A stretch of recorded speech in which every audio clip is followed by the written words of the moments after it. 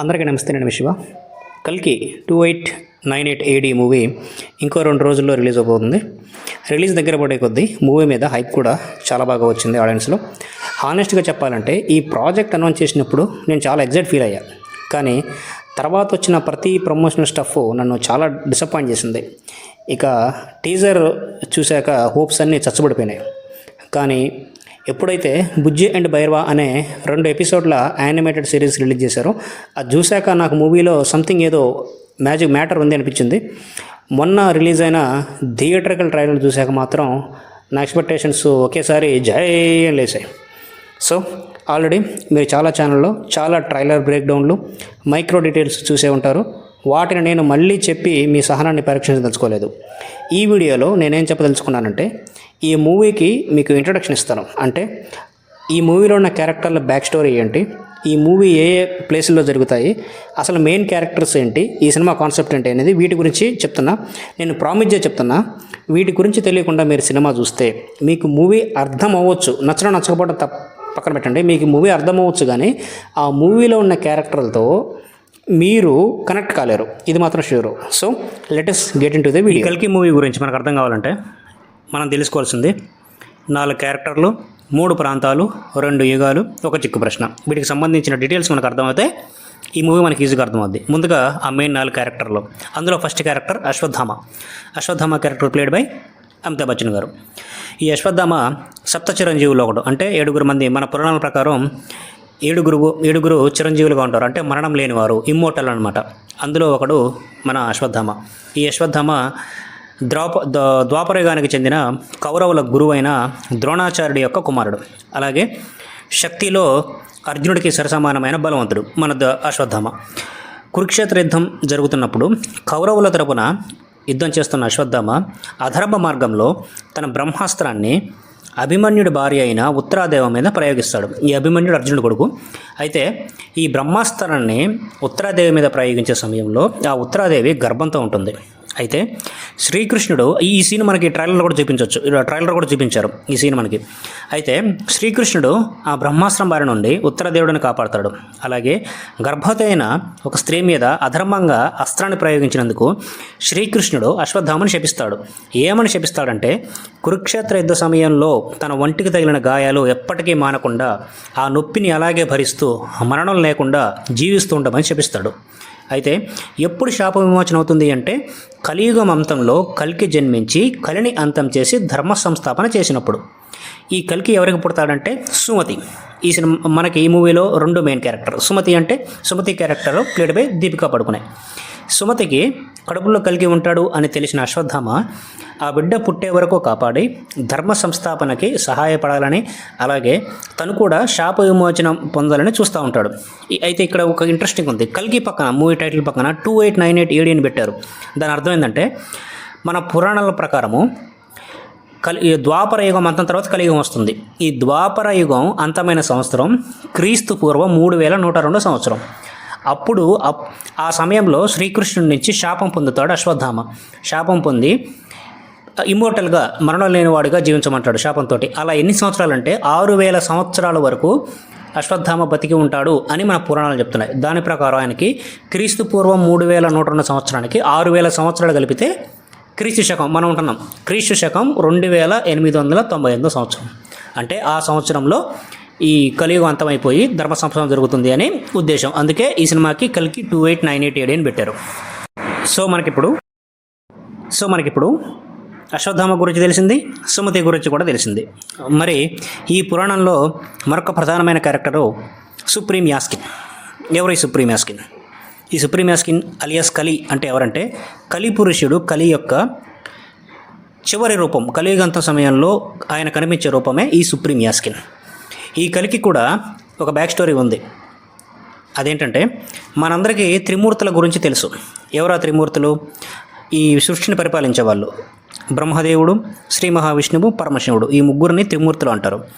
సృష్టిలో అన్ని జీవరాశులు బ్రహ్మదేవుడి నుంచి ప్రాణం పోసుకుంటాయి. అంటే ఆయన నుంచి ఏది సృష్టించబడినా అది ప్రాణం పోసుకుంటుంది.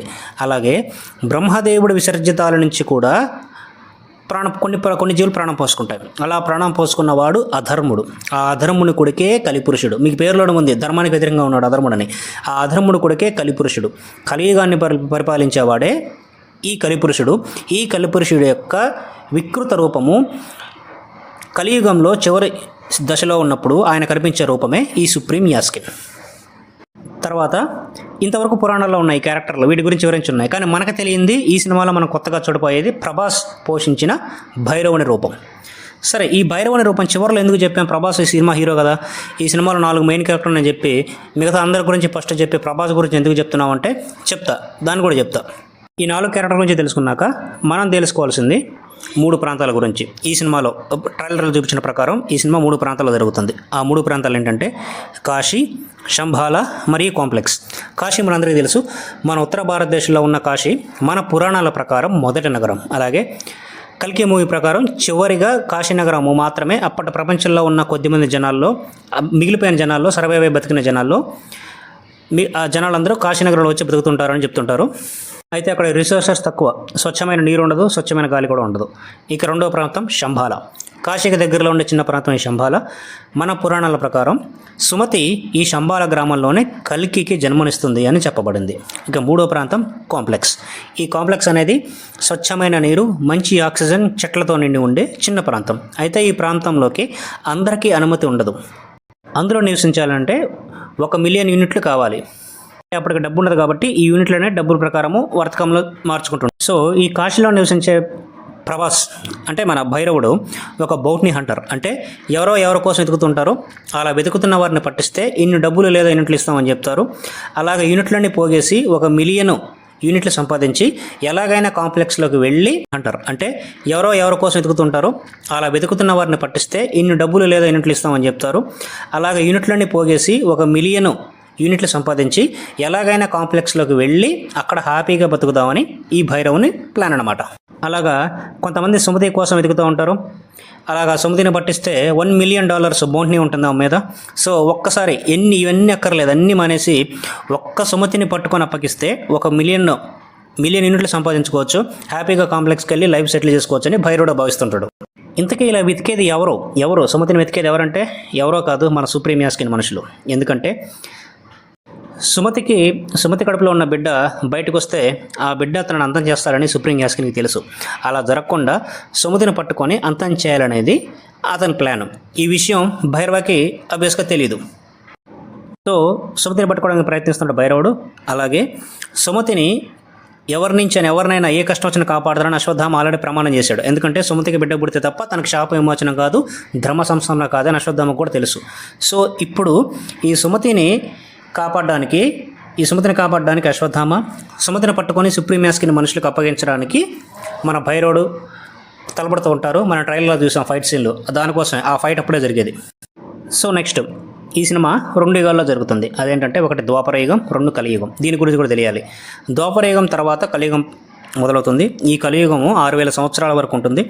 క్రీస్తుపూర్వం 3102 సంవత్సరాల ద్వాపరయుగం అంతమయ్యి కలియుగం స్టార్ట్ అయింది. ఈ కలియుగము 6000 సంవత్సరాలు లెక్క ప్రకారము ఇప్పుడు క్రీస్తు శకము 2899 సంవత్సరంలో అంతమవుతుంది అని రాసిపెట్టింది.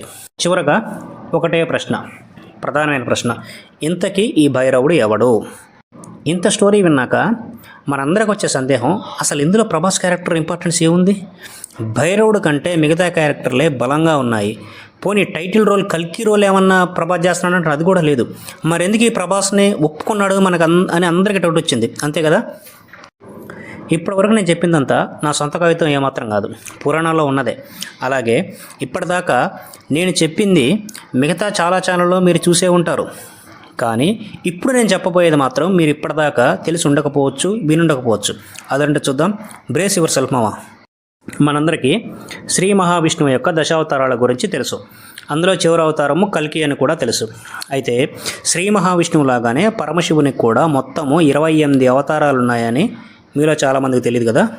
ఎస్, ఆ 28 అవతారాల్లో ఒక అవతారమే అశ్వత్థామ. మీరు విన్నది నిజమే, అశ్వత్థామ కూడా ఈ 28 అవతారాల్లో ఒక అవతారం. మీరు ఇంకా షాకింగ్గా ఈ విషయం చెప్పనా, భైరవుడు కూడా, ఈ భైరవుడు అనే రూపం కూడా ఈ పరమశివుణ్ణి 28 రూపాల్లో ఇంకొక రూపం. అశ్వత్థామ భైరవుడు ఇద్దరు పరమశివుని ప్రతిరూపాలు, పరమశివుని యొక్క వేరే రూపాలు. ఈ భైరవుడి అవతారము ఎలా ఉద్భవించిందంటే ఒకసారి బ్రహ్మదేవునికి చాలా గర్వం వచ్చేస్తుంది. ఎలాగంటే సృష్టిలో అందరికీ ప్రాణం పోసేది నేనే, కాబట్టి పరమశివుడు మరియు మహావిష్ణువు కంటే కూడా నేనే గొప్పని అని గర్వంతో విరవేగుతూ ఉంటాడు. అలా విరవేగుతున్నప్పుడు పరమశివునికి కోపం వచ్చి భైరవుని అవతారం ఎత్తి ఆ బ్రహ్మకు ఐదు తలలు ఉంటాయి. ఆ బ్రహ్మ యొక్క 5 తలలో ఒక తలని నరికి పడేసి అతని గర్వాన్ని అనుస్తాడు. కానీ తను చేసిన పనికి బాధపడతాడు. తను చేసిన అలా తల ఖండించడానికి ఆయన బాధపడి ఆ తల నుంచి వచ్చిన పుర్రెలో 12 సంవత్సరాలు భిక్షాటం చేసి 12 సంవత్సరాలు శ్మశానంలోనే జీవిస్తాడనమాట. సో ఇది భైరవతారం యొక్క బ్యాక్ స్టోరీ. ఈ బ్యాక్ స్టోరీ ఏంటంటే, దీని ఉద్దేశం ఏంటంటే, ప్రపంచంలో ఈ సృష్టిలో ఎవరైనా సరే నాకంటే గొప్పవాళ్ళు లేరు అని ఎవరు గర్వంతో విర్రవేగినా వాళ్ళందరికంటే కూడా నేనే గొప్ప అని పరమశివుడు ఎప్పుడు నిరూపిస్తూనే ఉంటాడు. దానికి ఉదాహరణే ఈ భైరవుని ప్రతిరూపం. ఈ భైరవుని అవతారం కల్కి అవతారం కంటే కూడా బలమైనది. ఈ కల్కి అవతారాన్ని భైరవుడు కాపాడగలడు లేదా అంతం కూడా చేయగలడు. సో ఈ మూవీ ఎన్ని పార్ట్లుగా తీస్తారో నాకైతే తెలియదు, కానీ నా ఉద్దేశం, నా ఎక్స్పెక్టేషన్ ప్రకారము ఈ మూవీ యొక్క చివరి పార్ట్, మేబీ క్లైమాక్స్, చివరి పార్ట్లో తీసే క్లైమాక్స్లో నా ఉద్దేశం ప్రకారం ఇది భైరవ అండ్ కల్కి లేదా భైరవ వర్సెస్ కల్కిగా ఈ రెండిట్లో ఏదో ఒకటే ఉండొచ్చని నా అభిప్రాయం. చివరగా నా వరకైతే కల్కి మీద ఎక్స్పెక్టేషన్ స్కై హై లెవెల్లో ఉన్నాయి. చాలా ఎగ్జైటింగ్ ఎదురు చూస్తున్నాను. సినిమా ఖచ్చితంగా ఒక కల్ట్ క్లాసిక్గా నిలిచిపోతుంది అని నా పర్సనల్ ఒపీనియన్. సినిమా రిలీజ్ అయ్యాక ఎలా ఉంటుందో చూద్దాము. నేనైతే రిలీజ్ రోజు ఎర్లీ మార్నింగ్ 6 o'clock షోకి వెళ్తున్నా. సినిమా రివ్యూ రిలీజ్ రోజు 12 గంటల లోపే మన ఛానల్లో వస్తుంది. కాబట్టి మన ఛానల్లో కంటెంట్ మీకు నచ్చినట్లయితే మొత్తం మా ఛానల్ సబ్స్క్రైబ్ చేసుకొని బెల్ ఐకాన్ కూడా ఒత్తి రెడీగా ఉండండి. మీకు సినిమా రిలీజ్ 12 గంటల లోపు జెన్యూన్ రివ్యూ మీ ముందుకు తీసుకొస్తాను. Thank you very much for watching guys. This is Shivaprasad signing of.